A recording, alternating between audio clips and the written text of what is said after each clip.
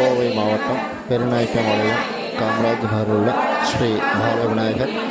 ராஜராஜேஸ்வரி ஆலயத்தில் கும்பாபிஷேக 48 நாள் மண்டல பூஜையை முன்னிட்டு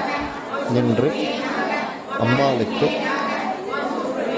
திருமீயச்சூரில் நடைபெறுகின்ற போல நெய்க்குல தரிசனமும் அம்பாளுக்கு பிடித்தமான சித்ராண்டம் என்று சொல்லக்கூடிய தேங்காய் சாதம், புளியோதரை, எலுமிச்சம்பழ சாதம், தயிரன்னம், பானகம், பால் கொழுக்கட்டை, வடை, சுண்டல் மற்றும் மாவிளக்கு, கடிவர்க்கம், பானகம் முதல்வை கொண்டு இன்று சிறப்பு பூஜைகள் நடைபெற்று மகாதீபாராதனை நடைபெற்ற பின்பு பக்தர்களுக்கு பிரசாதமாக வழங்கப்பட்டது.